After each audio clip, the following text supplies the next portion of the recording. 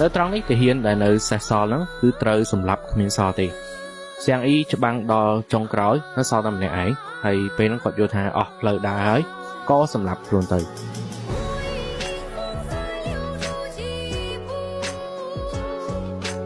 សៀងអ៊ីស្លាប់នៅអាយុ30ឆ្នាំមុនពេលស្លាប់សៀងអ៊ីបានសម្លាប់ទាហាននិងធ្វើឲ្យរបួសទាហានហានអស់ជាច្រើនរយនាក់ទៀតផង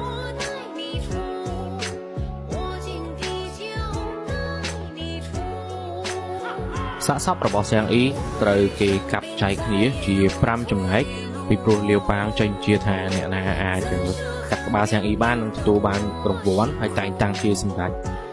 នៅសមរភូមិទន្លេអ៊ូជាង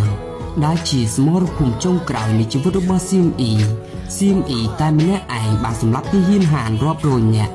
មុនពេលគាត់ធ្វើអត្តឃាតសម្លាប់ខ្លួន